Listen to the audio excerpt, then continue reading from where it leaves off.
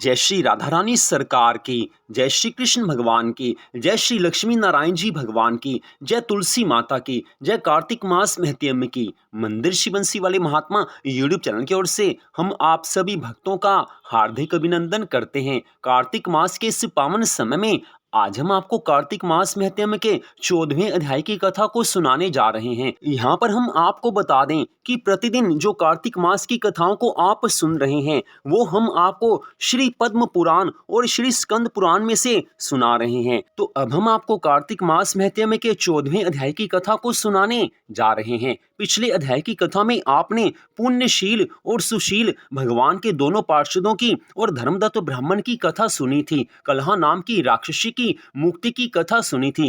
अब उससे आगे की कथा आज देवऋषि नारद जी राजा पृथु से आगे की कथा का वर्णन करते हुए कहने लगे हैं कि हे राजन, इस प्रकार भगवान विष्णु के पार्षदों के वचन सुनकर धर्मदत्त ब्राह्मण को बड़ा आश्चर्य हुआ है। वे उन्हें साष्टांग प्रणाम करके कहने लगे हैं कि प्राय सभी लोग भक्तों का कष्ट दूर करने वाले श्री विष्णु भगवान जी की यज्ञ, दान, व्रत, तीर्थ सेवन और तपस्याओं के द्वारा विधि पूर्वक आराधना करते हैं। उन समस्त साधनों में कौन सा ऐसा साधन है जो भगवान विष्णु को सबसे ज्यादा प्रीतिकारक है, जिसको भगवान सबसे श्रेष्ठ समझते हैं और जो भगवान की समीपता की प्राप्ति करवाने वाला है?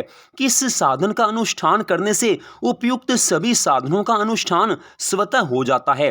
किस तरह से प्रभु को प्रसन्न किया जा सकता है? आने वाले कलयुग में लोग किस तरह से भगवान की भक्ति करें कि जिससे उनको मोक्ष की प्राप्ति हो सके, ये सब बताने की कृपा कीजिए। आज धर्मदत्त ब्राह्मण ने विशेष रूप से कलयुग के जीवों के उद्धार के लिए एक ऐसा प्रश्न भगवान जी के पार्षदों से पूछ लिया है कि जिसका उत्तर आज दोनों पार्षद देने लगे हैं। दोनों पार्षदों ने कहा है कि हे ब्राह्मण देवता, तुमने बहुत उत्तम बात पूछी है। अब एकाग्रचित होकर सुनो। हम इतिहास सहित प्राचीन कथा का वर्णन करते हैं। पहले समय में कांचीपुरी में चोल नामक एक चक्रवर्ती राजा हो गए हैं। उनके अधीन जितने देश थे वे भी चोल नाम से ही विख्यात हुए।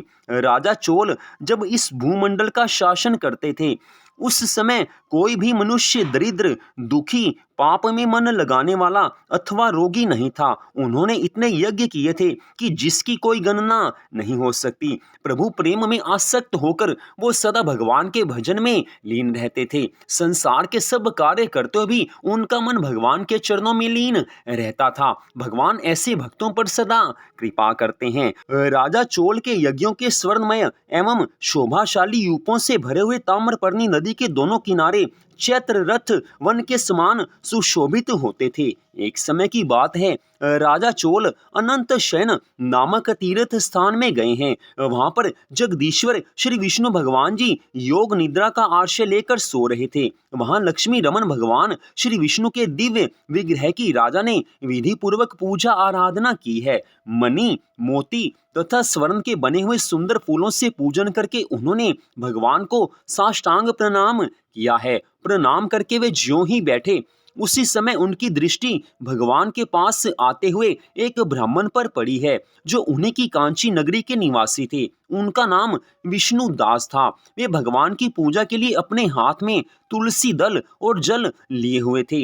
निकट आने पर उन ब्रह्म ऋषि ने विष्णु सूक्त का पाठ करते हुए देवदेव भगवान को स्नान करवाया है और तुलसी की मंजरी तथा पत्तों से विधिवत भगवान जी की पूजा आराधना की है। राजा चोल ने जो पहले रत्नों से भगवान की पूजा की थी वह सब की सब तुलसी पूजा से ढक गई है।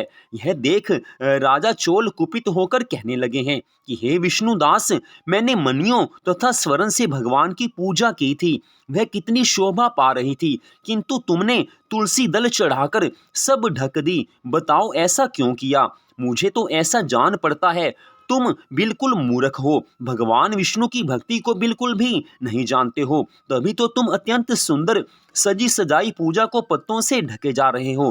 तुम्हारे इस वर्ताव पर मुझे तो बड़ा आश्चर्य हो रहा है, क्योंकि भक्ति के बारे में अगर तुम्हें कुछ ज्ञात होता तो तुम ऐसा कार्य कदापि नहीं करते। आज विष्णुदास ब्राह्मण राजा चोल से कहने लगे हैं कि हे राजन, आपको भक्ति का कुछ भी पता नहीं है। केवल राज लक्ष्मी के कारण आप घमंड कर रहे हैं, धन वैभव का आपके मन में घमंड है। लेकिन हे राजन, एक बात याद रखें, भगवान तो भक्ति से प्रसन्न होते हैं। भगवान के लिए धन संपत्ति कुछ भी नहीं है। जिसके मन में भगवान के लिए प्रेम है, केवल वही भगवान का प्रिय होता है। धन संपत्ति तो स्वयं भगवान सबको देते हैं। हे राजन, बताइए तो सही, आज से पहले आपने कितने वैष्णव व्रतों का पालन किया है? आज विष्णुदास ब्राह्मण के इन वचनों को सुनकर राजा चोल कहने लगे हैं कि हे ब्राह्मण, यदि तुम विष्णु भक्ति से अत्यंत गर्व में आकर ऐसी बात करते हो तो बताओ तुम में कितनी भक्ति है? तुम तो दरिद्र हो, निर्धन हो। तुमने श्री विष्णु भगवान को संतुष्ट करने वाले यज्ञ और दान आदि कभी नहीं किए हैं तथा पहले कहीं कोई भी देवालय भी नहीं बनवाया है।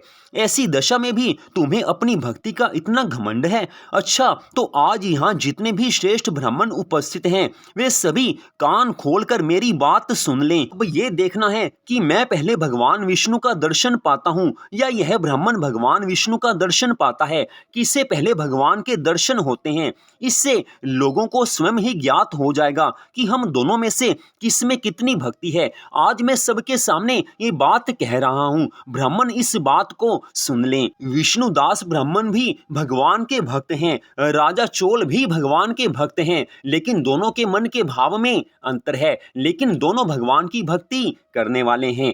आज भगवान के दोनों पार्षद पुण्यशील और सुशील धर्मदत्त ब्राह्मण से आगे की कथा का वर्णन करते हुए कहने लगे हैं कि हे ब्राह्मण देवता, ये कहकर राजा चोल अपने राजभवन को चले गए और उन्होंने महर्षि मुद्गल को आचार्य बनाकर वैष्णव यज्ञ का अनुष्ठान आरंभ किया है, जिसमें बहुत से ऋषियों का समुदाय एकत्रित हुआ है। बहुत सा अन्न खर्च किया गया और काफी मात्रा में दान दक्षिणा बांटी गई। जैसे पूर्व काल में गया क्षेत्र के भीतर ब्रह्मा जी ने समृद्धिशाली यज्ञ का अनुष्ठान किया था, उसी प्रकार राजा चोल ने भी महान यज्ञ आरंभ किया है। और उधर दूसरी ओर विष्णुदास ब्राह्मण भी वहीं भगवान के मंदिर में ठहर गए और भगवान श्री हरि विष्णु जी को संतुष्ट करने वाले शास्त्रोक्त नियमों का भली भांति पालन करते हुए सदा ही व्रत का अनुष्ठान करने लगे। दोनों का मन भगवान के चरणों में लीन है। दोनों अपनी अपनी तरह से भगवान को प्रसन्न करने में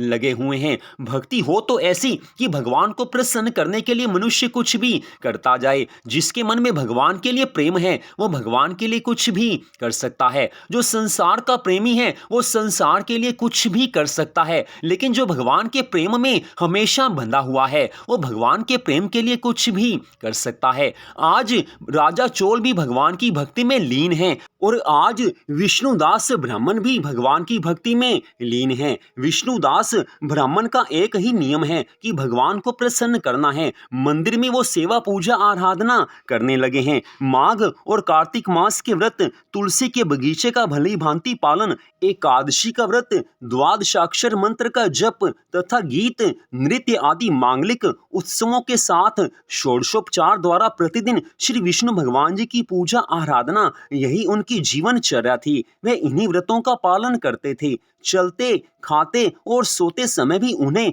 निरंतर श्री हरि विष्णु भगवान जी का स्मरण बना रहता था। वे समदर्शी थे और संपूर्ण प्राणियों में वे भगवान विष्णु को स्थित देखते थे। उन्होंने भगवान विष्णु के संतोष के लिए उद्यापन विधि सहित माघ और कार्तिक मास के विशेष विशेष नियमों का भी सर्वदा पालन किया है। इस प्रकार राजा चोल और विष्णुदास ब्राह्मण दोनों ही भगवान विष्णु की आराधना करने लगे हैं। दोनों ही अपने अपने व्रतों में स्थित रहते थे। दोनों के ही इंद्रियां और दोनों के ही कर्म भगवान में ही केंद्रित थे। दोनों के मन में भगवान सदा बसे रहते थे। भगवान की भक्ति हो तो ऐसी कि सदा मन में भगवान की याद रहे। आज पुण्यशील और सुशील भगवान के दोनों पार्षद धर्मदत्त ब्राह्मण से ये कथा सुना रहे हैं। दोनों ने बड़ी सुंदर कथा सुनाई है। इस कथा में स्पष्ट पता चलता है कि भगवान की भक्ति से बढ़कर कुछ भी नहीं है। राजा चोल भी भगवान की भक्ति करते हैं, लेकिन उनके मन में राज्य संपत्ति का कुछ न कुछ मोह बना हुआ है, कुछ न कुछ अभिमान उनके मन में बना हुआ है। और दूसरी ओर विष्णुदास ब्राह्मण तो पूर्ण रूप से भगवान की भक्ति करते हैं। सब नियमों के अनुसार भगवान की भक्ति में लीन रहते हैं, वो तो भगवान के शुद्ध भक्त हैं। अब देखना क्या है कि पहले भगवान किसको दर्शन देते हैं। सब ब्राह्मण यही विचार कर रहे हैं कि भगवान दोनों में से पहले किसको दर्शन देंगे। सबके मन में एक ही भाव है कि भगवान जल्दी दर्शन दें ताकि दोनों के ऊपर भगवान की कृपा बन सके। आज के इस कलयुग में जो कोई मनुष्य कार्तिक मास की इन कथाओं को सुनता है, उससे भगवान की इतनी अधिक कृपा मिलती है कि उसका मन भगवान के चरणों में लग जाता है। उसकी सभी चिंताओं को भगवान अपनी कृपा से दूर कर देते हैं, उसके सभी दुखों का नाश भगवान कर देते हैं। हमारी गलती क्या होती है कि हम भगवान की भक्ति तो करते हैं लेकिन पूरी श्रद्धा भावना से नहीं करते। कार्तिक मास की कथाओं को लोग सुनते हैं, अच्छी बात है, लेकिन लोग क्या करते हैं, कार्तिक मास के किसी भी अध्याय की कथा को लोग पूरी नहीं सुनते। बहुत कम लोग ऐसे हैं जो कार्तिक मास के प्रत्येक अध्याय की कथा को शुरू से अंत तक सुनते हैं। अधिकांश लोग ऐसे हैं जो बीच बीच में से कथा को सुनते हैं। तो ध्यान रहे कि ऐसी अगर आप कथा सुनेंगे, काट काट कर अगर आप कोई भी कथा सुनेंगे, आपको भगवान की कृपा पूरी नहीं मिल सकती। कथा कभी अधूरी नहीं सुननी चाहिए। ये बात सदा ध्यान में रहे कि मनुष्य का हमारा शरीर है जो भगवान की कृपा से मिला हुआ है। 84 लाख योनियों में सर्वश्रेष्ठ इस मनुष्य शरीर को प्राप्त करके कार्तिक मास में प्रत्येक कथा को पूरा सुनना चाहिए और कार्तिक मास के सब नियमों का पालन करना चाहिए। बिना भगवान की भक्ति के जीवन में कभी सुख शांति आनंद नहीं आ सकते हैं। भगवान तो सब पर कृपा करते हैं, लेकिन हमारा जो धर्म है, जो हमें नियमों का पालन करना है, वो तो हमें ही करना पड़ेगा। भगवान की कृपा सबको क्यों नहीं मिलती? क्योंकि सब भगवान की भक्ति पूरे तरीके से नहीं करते हैं। मनमानी भक्ति से कभी भगवान को प्रसन्न नहीं किया जा सकता। इसलिए बारंबार कहा जाता है कि भगवान की कथा आप कहीं पर भी सुने, किसी भी चैनल पर सुने या आप किसी भी धर्म ग्रंथ में भगवान की कथा पढ़ें, तो पूरी कथा सुननी चाहिए, पढ़नी चाहिए। और ये तो कार्तिक मास की कथाओं का प्रत्येक अध्याय 10 या 15 मिनट ही कथा होती है। इतना समय तो भगवान की भक्ति के लिए प्रतिदिन निकालना ही चाहिए। और कार्तिक मास की इस भक्ति से प्रसन्न होकर भगवान हमें इतना कुछ देते हैं कि जिसका वर्णन कोई नहीं कर सकता। कोई समझ भी नहीं सकता कि भगवान कैसी कृपा करेंगे। तो आज की इस कथा को आपने सुना, आपको आनंद आया होगा। कुछ सच्ची बातें कहनी पड़ती हैं, तो इन सच्ची बातों को सुनकर अपने जीवन को हम सबको सुधार लेना चाहिए ताकि भगवान की कृपा को प्राप्त किया जा सके। तो आज की इस परम सुंदर कथा को सुनने के लिए आप सबका हार्दिक धन्यवाद। भगवान श्री राधा कृष्ण जी की, भगवान श्री लक्ष्मी नारायण जी की, तुलसी माता की, कार्तिक मास महत्म की अनंत कृपा